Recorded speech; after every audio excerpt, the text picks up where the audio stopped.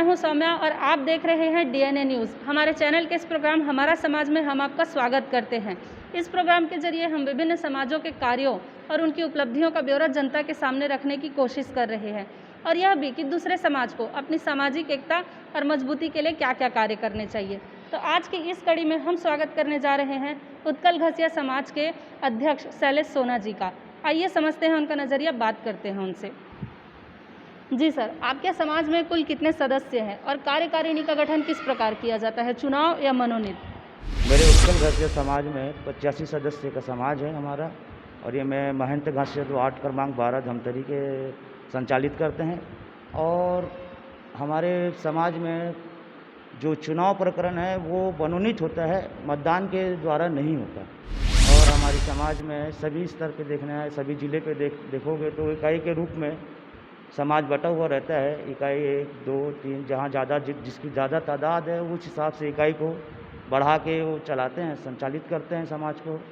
और सभी के जिला अध्यक्ष होते हैं, लेकिन इकाई के भी अध्यक्ष पद में रहते हैं और वार्डों को संचालित करते हैं समाज के द्वारा। धमतरी जिला में मेरे समाज के 2 इकाई हैं, एक इतवारी बाज़ार पोस्ट ऑफिस वार्ड और एक महंत घासीदास वार्ड। ये 2 इकाई होते हैं मेरे जिले धमतरी में।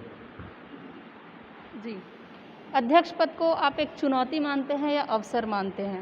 अब ऐसा है, ये अवसर तो नहीं मान सकता, मैं चुनौती मान सकता हूँ कि मेरे समाज के लिए जितना अच्छा हो सके।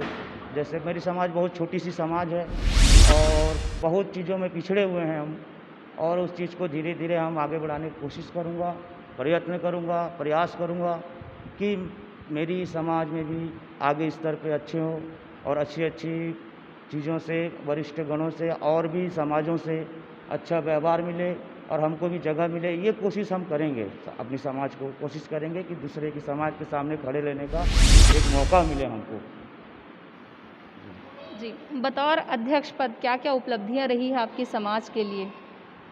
बतौर अभी आप जो पूछे सवाल ठीक पूछे, लेकिन मेरे पास अभी बहुत ही थोड़ा समय का भी हुआ है हम लोग को नवगठित होके। अब देखते हैं आगे जैसे जैसे विचारधारा मेरे पदाधिकारियों द्वारा आएगा, जितना अच्छा रूप से आएगा उनको मैं एक्सेप्ट करूंगा, उस पर कार्य करूंगा, समाज को कोशिश करूंगा, प्रयत्न करूंगा कि वो जितना अच्छे से अच्छे हो सके वो अच्छा परफॉर्मेंस हम कर सकें। जी सर, आपने अपने समाज के लिए कोई आगामी योजनाएं सोच कर रखी है जिससे आपका समाज और मजबूत बन जाए और दूसरे समाज के लिए एक मिसाल? सबसे पहले तो मेरे समाज में बहुत सारी प्रॉब्लम है, छोटी छोटी चीज़ के लिए रोड पे आना पड़ता है हम लोगों को। इसके लिए मेरे पास छोटी सी एक भवन है, उसको संचालित करने के लिए आगामी मैं कोशिश करूंगा कि लेट बाथ वगैरह हो, उसमें सर्व सुविधा, पानी वानी की व्यवस्था हो, स्टोर रूम हो। उसके पश्चात मैं उस भवन को शिक्षा के तौर पे नन्हे बच्चों का एक ट्यूशन क्लास हमारी समाज की ओर से इनको करेंगे।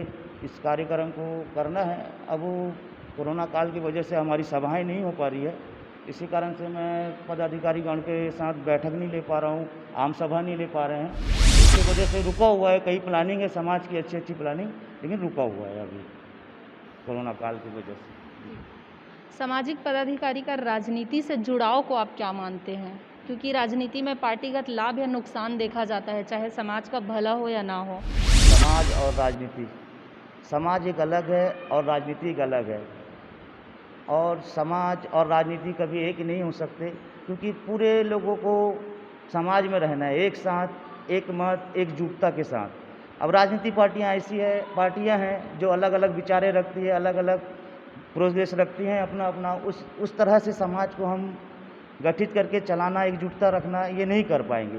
तो इस हिसाब से समाज अलग ही हो सकता है, राजनीतिक पार्टी अलग ही रहे समाज से, यही चाहेंगे। जी। मृत्यु भोज की क्या प्रथा है सर आपके समाज में? क्या इसका चलन है या नहीं है, और अगर है तो किस हद तक सही है?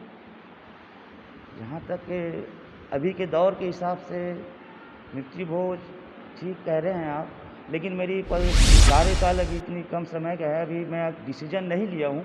मेरे पदाधिकारी को साथ अभी बहुत सारी मीटिंग है, इससे पहले भी मैं आप लोगों को बता चुका हूँ, और मैं यही चाहूँगा कि मृत्यु भोज का प्रकरण जो है समाज में रखूं और सबकी सर्वसम्मति से मैं इस मृत्यु भोज का जो कार्यक्रम है उसको उस पर डिसीजन लें हम सब, समाज पदाधिकारी से लेकर सदस्यगण तक। कोरोना काल के इस समय में आप आम जनता को और अपने समाज के सदस्यों को क्या संदेश देना चाहेंगे हमारे चैनल के माध्यम से? मैं यही संदेश देना चाहूँगा मेरे समाज के एवं पूरे प्रदेशवासियों को कि शासन की जो गाइडलाइंस आई है उसका पालन सख्ती से करें और घर पर रहें।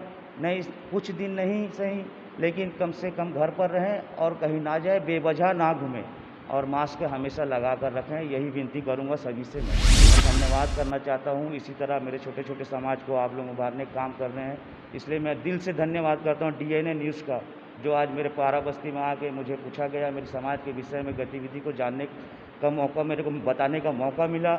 इसके लिए मैं चैनल को एवं आए हुए सभी चैनल के जो भी जैसे भी एडवाइज़र वगैरह हैं, आप भाई लोग जैसे भी, तो उनको मैं धन्यवाद कहूँगा। तो ये था उत्कल घसिया समाज के अध्यक्ष शैलेश सोना जी से बातचीत का हमारा सिलसिला। इन्होंने बहुत ही शांत माहौल में हमसे बातचीत की और अपने सामाजिक कार्यों और उपलब्धियों का ब्यौरा हमारे सामने रखा। आपसे फिर मुलाकात होगी अन्य कार्यक्रम में किसी अन्य समाज प्रमुख और खास शख्सियत के साथ। मैं सौम्या और मेरे सहभागी राज गायकवाड़, हमें दीजिए इजाज़त। आप बने रहिए हमारे साथ डीएनए न्यूज़ पर। जय हिंद, जय छत्तीसगढ़, जय धमतरी।